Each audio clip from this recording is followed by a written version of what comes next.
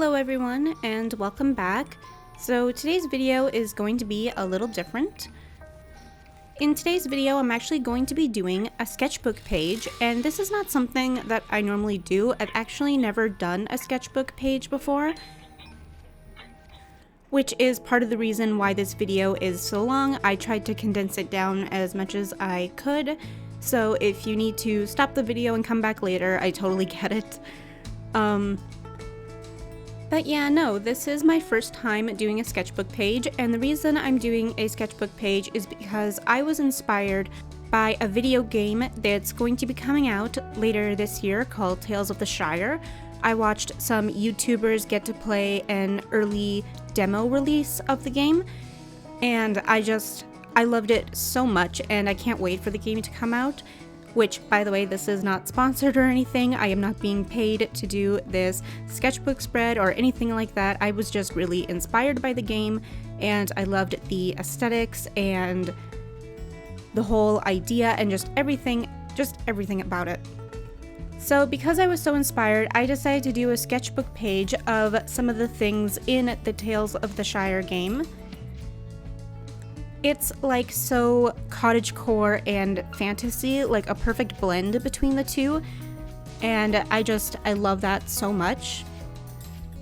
I really can't wait for this game to come out. It seems like it's going to be so much fun, and it looks so beautiful, and I can't wait to explore the town and everything like that for myself and see all of the different things you can buy and the decorations and everything. Like, it looks so amazing. Again, not sponsored. So to start off the sketchbook page, I thought I would start where the game sort of starts. So as I was doing this sketchbook page, I was watching one of the gamers that I watch play the Tales of the Shire early release. So I was following along in the story of the game while I was drawing this, and just picking things that I really liked and choosing to draw them. So I decided to start with the bowl of porridge that you make at the beginning of the game for Orloff, I think his name was. His last name is Proudfoot. He's the first hobbit that you meet in the beginning of the game, and you make him a bowl of porridge, and then he gives you some mail. So I drew a letter next, and as I play the game, I just draw things that I think would go with this page. This is just supposed to be things that are in the game and that I just think would fit really well together on a sketchbook page inspired by this game. So the next thing I drew was a signpost, and I took a few liberties with that one just to make it a little bit more pretty for the page itself. And then I drew old Nox's fish barrel that he carries on his back. I then drew some penny buns because there's no way I'm not including some of the foragery and mushrooms that you can collect in this game. And originally I was just going to write penny buns above the mushrooms and just leave it at that. But then I decided, because I'm making this like all like whimsical and fantasy like, I'll put it in a banner and put some sparkles around it.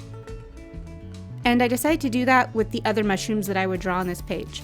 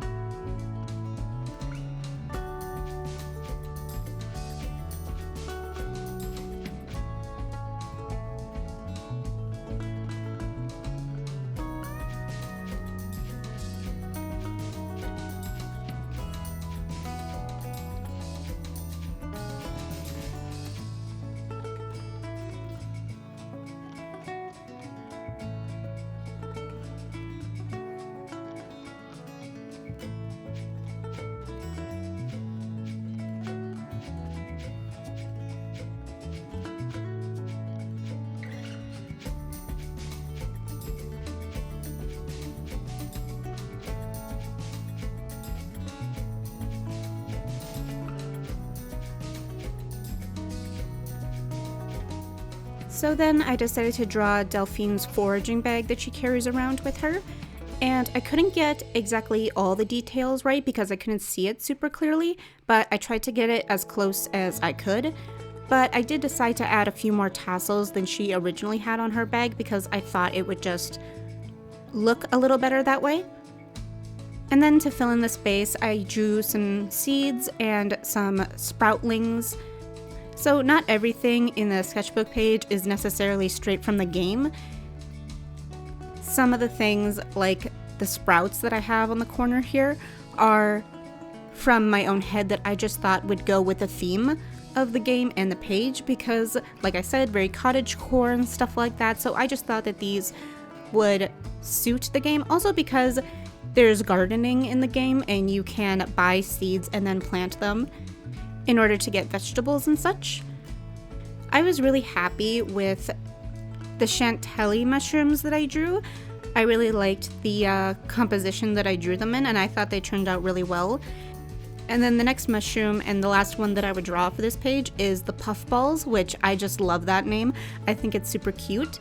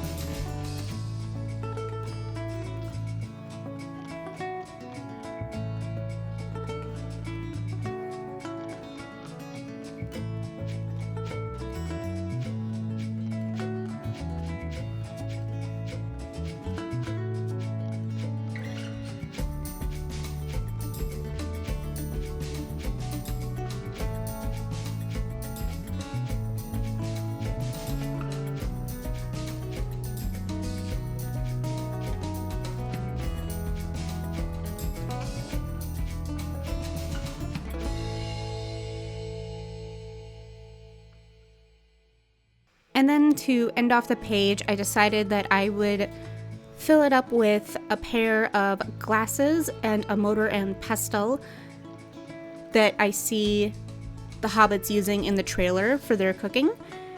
And the glasses are actually something that you can adorn in the apparel. Like, I've watched quite a few gamers, different gamers, play this game in order to see as much of it as I could, because I wanted to draw different aspects of it. And I thought it would be such a shame if I didn't draw in something of a vegetable patch at the bottom of the page just to close it off, because vegetables are, or at least just food in general, is a big part of this game.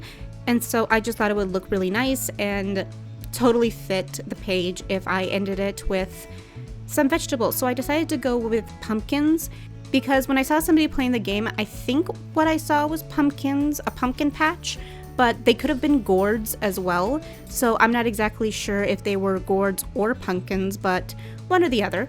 And so I went with pumpkins, which will turn out to be the most colorful thing on this page, because as it turns out, like, I knew this was going to be a very brown, a very neutral kind of page, but it turned out to be way more than I was expecting. But I think it all came out good in the end.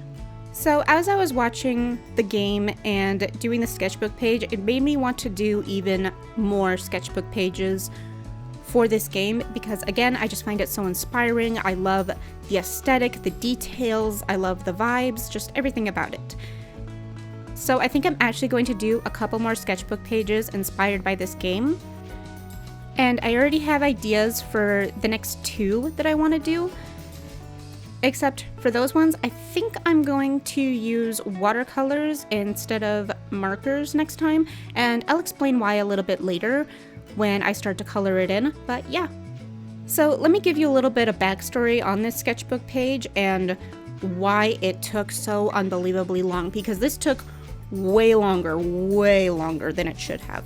And there's a good reason for it. So when I'm drawing this, like just the actual drawing portion and the inking portion that you'll see here in a second, it's actually in November. And when I picked it back up to color it, it was, I think, the end of January.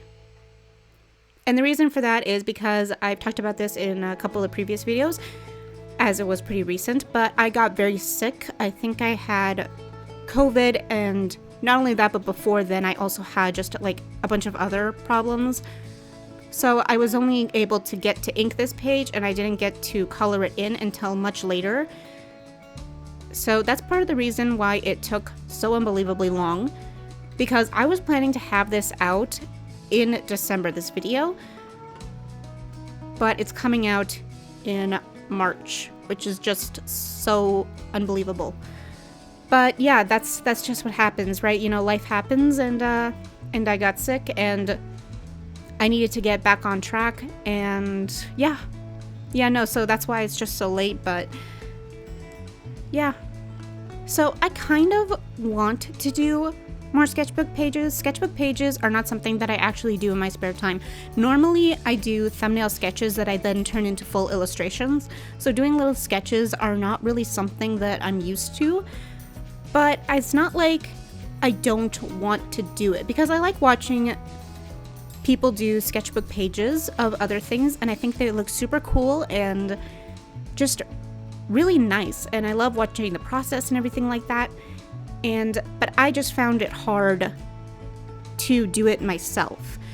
But then when I saw this game and it sort of gave me a theme to go around, I found it easier to come up with just little sketch ideas to do on one singular page. So I'm thinking that if I do sketchbook pages in the future, it will probably be centered around a theme in order to help me think in that type of way about what would look good and correlate with each other on a singular page. So yeah, I don't know how long I'll continue with the sketchbook pages, and I don't know after the Tales of the Shire sketchbook pages what I'll be doing for sketchbook pages, but that's just kind of my mindset and sort of just where I'm at and what I'm thinking.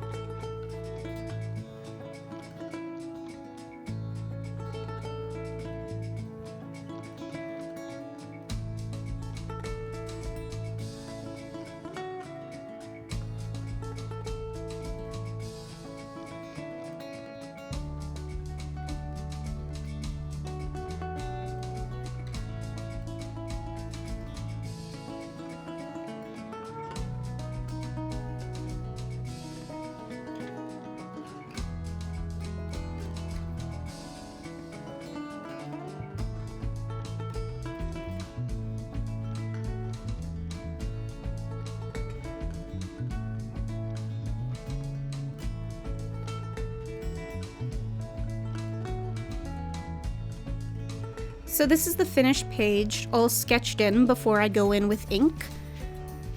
So I actually really enjoy inking, even though it's a bit of a learning curve and you don't see it in a lot of my illustrations.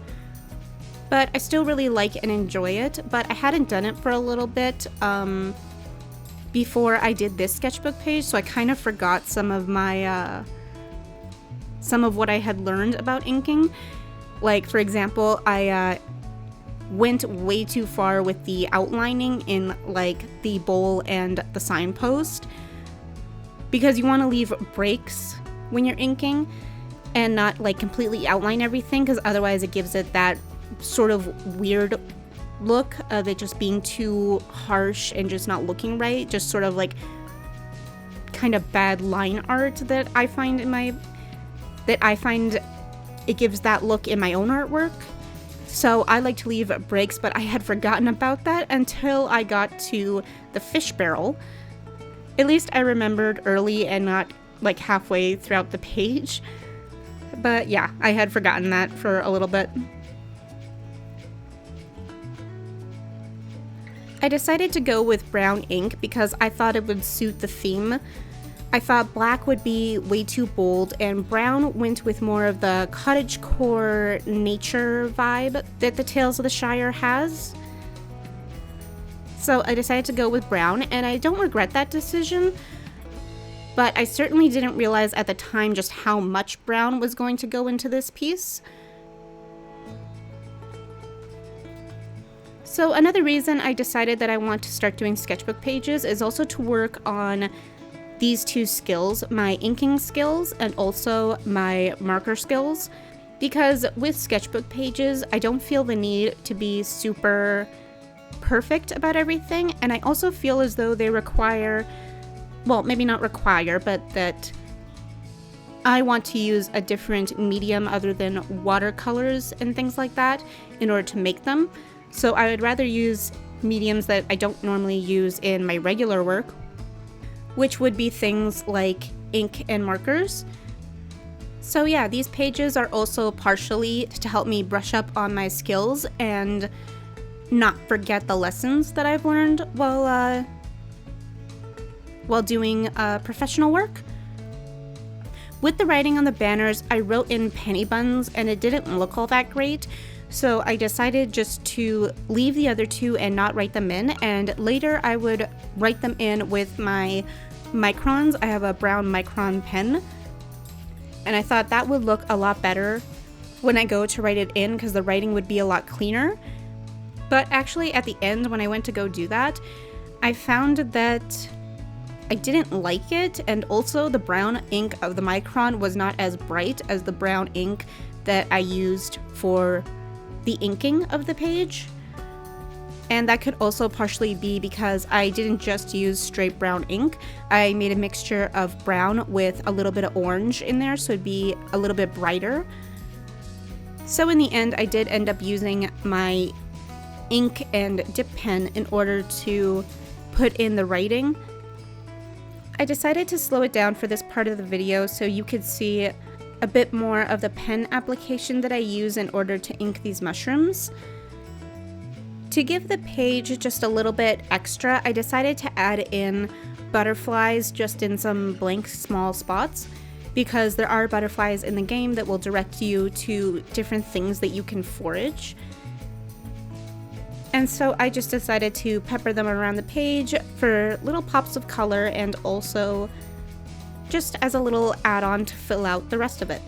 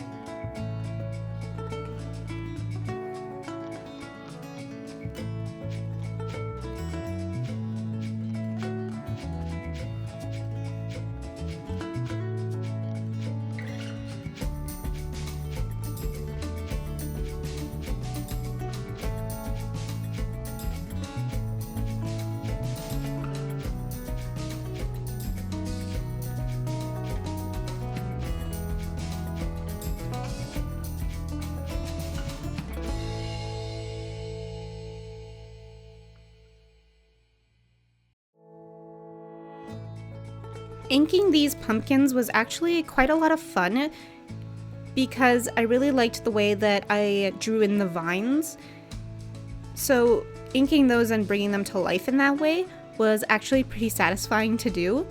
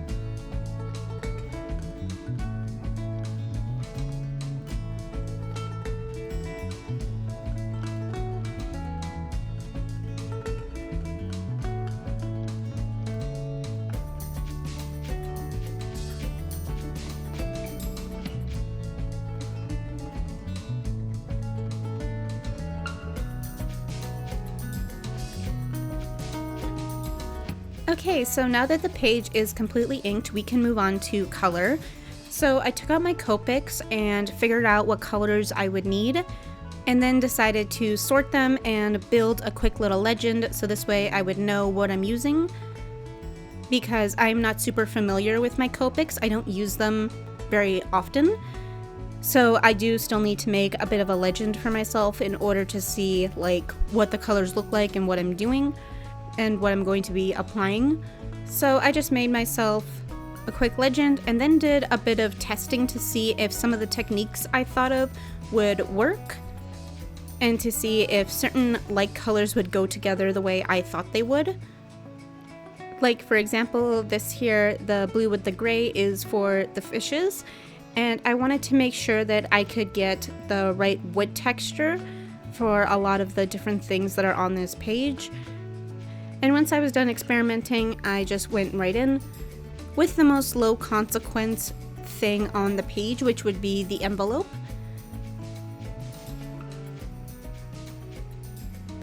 What happened that I didn't expect to happen actually was that The alcohol markers made the ink on the page bleed, and I really wasn't expecting that. I thought that the ink would stay where it is, but that didn't happen. And I actually thought I was going to have to re-ink everything after I was done coloring it in. But then when I went to go re-ink it at the end, turns out there wasn't as much that needed to be done as I thought there was. So I know the bowl in the Tales of the Shire game that you eat the porridge out of is actually like a ceramic, nice, handmade bowl, but I decided to go with a more wooden, hand-carved kind of bowl, just because I thought that it would fit sort of the aesthetic of the page, and also I thought it would be a little bit more whimsical. And I don't know why, but at the time I was just really into making like hand-carved kind of bowls and utensils and stuff like that. So yeah, that was part of it.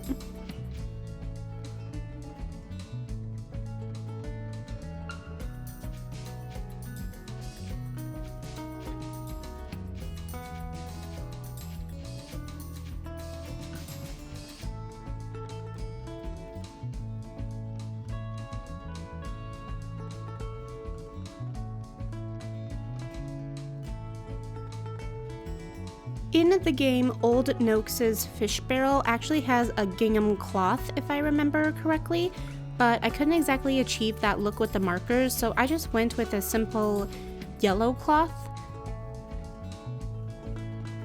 And for the fish, I don't exactly know that this technique worked. I brushed on some blues and then tried to sort of blend them out with some colorless blender and a gray to give it that kind of metallic fishy look, and I don't really think it worked out too well, but at the same time I don't think it turned out horrible. So I don't know, tell me what you think. I did really enjoy using markers for this sketchbook spread, but it certainly gave the page a more cartoony look, and I was sort of going for a more of an old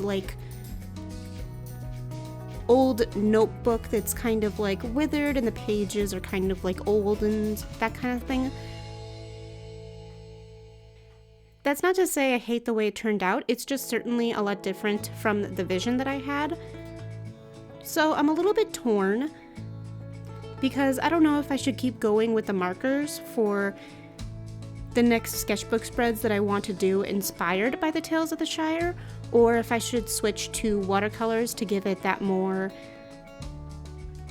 kind of homely look, I guess. If you have an opinion, I'd love to hear it. So I'll be honest with you all at this point. This voiceover has now taken me 3 sessions, I'm on the 3rd one right now, to complete.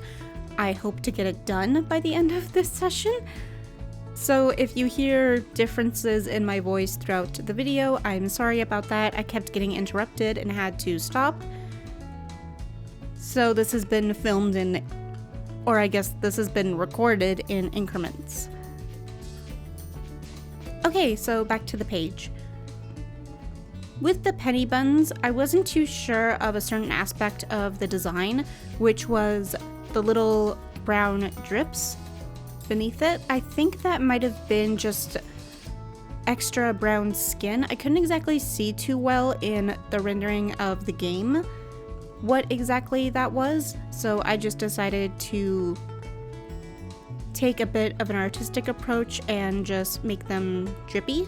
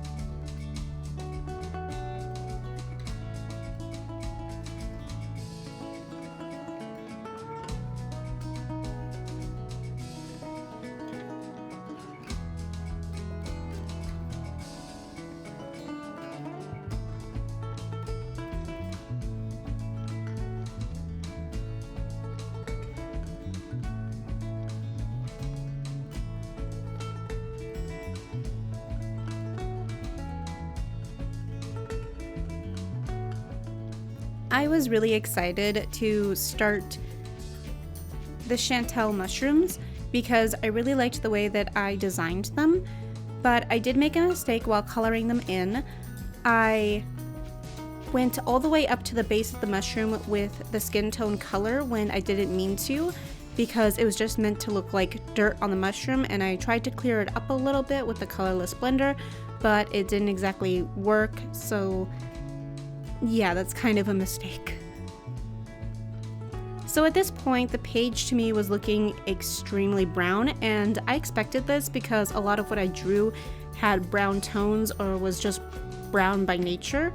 So I completely expected this, but it was more than what I expected. So I decided really quick to put the pops of color that I had planned out all around the sketchbook page for things like the butterflies and then the little details in like the rhubarb in the porridge and stuff like that, as well as the stamp on the envelope, because all of that adds color to the sketchbook page. Just because I wanted to know how to color in the next two objects, which were the glasses and the mortar and pestle. So I decided to go with lighter colors for those in order to not make the page look super brown. Because I was originally planning only to add the pops of color at the end to sort of bring the whole page together, but I really did need to see what kind of direction it was going in, so this way I wasn't so unsure about my next decisions. So in the end, I am really happy that I did decide to do the color in the middle to decide what I wanted to do next. So then we get to a really fun part, which is the pumpkins, and I was actually pretty excited to do these because I really liked the way that I drew in the vines. I was very kind of excited to get to coloring those.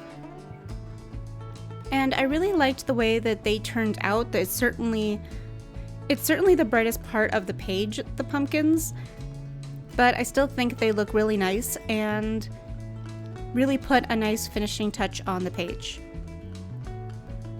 Okay, so that is it for this video. I hope you all enjoyed, and I hope you will all join me in the next one. Remember to like and subscribe, and feel free to tell me if you like this kind of video, the sketchbook page, if you enjoyed what I did, or if you prefer my more illustrative type videos. So yeah, okay. I hope you all have a wonder-filled day.